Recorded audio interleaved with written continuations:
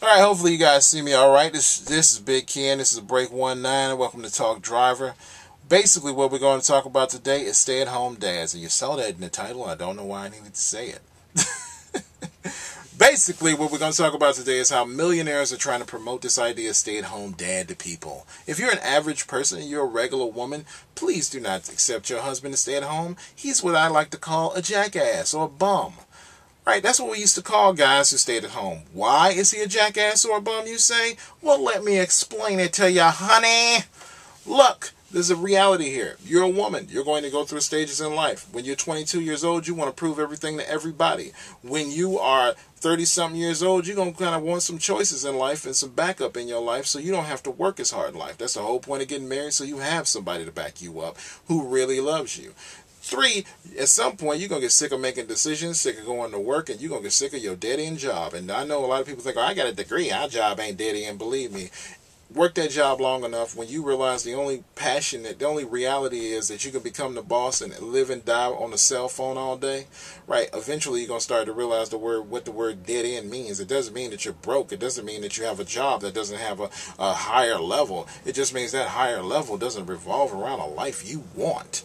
So, if you're a regular person, those are normally your options, and even when you become the boss, you're making close to $100,000 a year, not $100,000 a year. At some point, you got to live in reality and realize millionaires on TV and television, all this shit, yeah, they can live that stay-at-home dad shit. And women who make $250,000 a year, yeah, they can kind of play that game, but it's a stupid game to play because the reality is your husband, it should be going out and making some type of money, because didn't we learn from 9/11, or after watching the 9/11 widows show up and be broke as hell, and even after getting the life insurance and the money from the government, because a lot of them never had to handle money. They had a bunch of kids they had to take care of. They had a lot of burdens on them, and because they never sat down and made a plan, or that she had a side business, something that she could go to and ramp up if her husband passed away. I think people should use, if you want to be a stay-at-home person, your spouse has to be making at least several $100,000.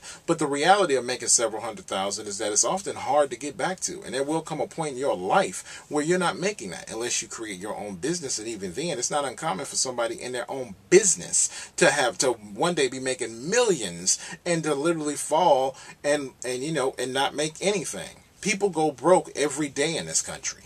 People file bankruptcy from millions to making hundreds of thousands. So this idea that you have a guarantee, so therefore you can just live high off the hog, is stupid.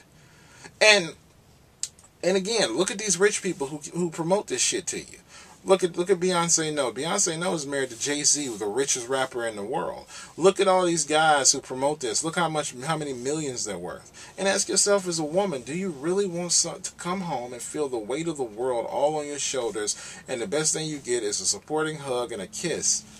You know what I mean? Like, don't you want somebody at home who say, baby, whatever you ain't meeting this month, I got your back.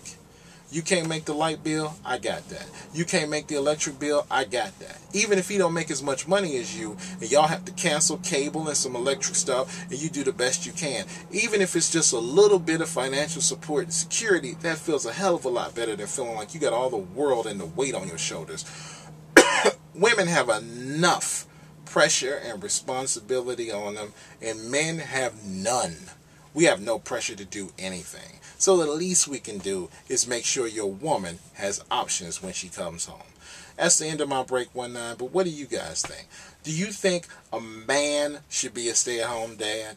I don't think he should. I think it's your job to provide for your woman and make sure she has all the options in her life.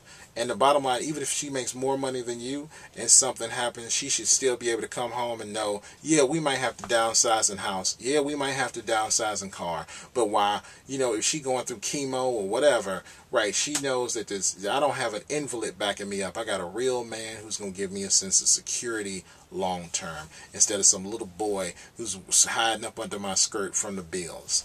So, what do you think about it, guys?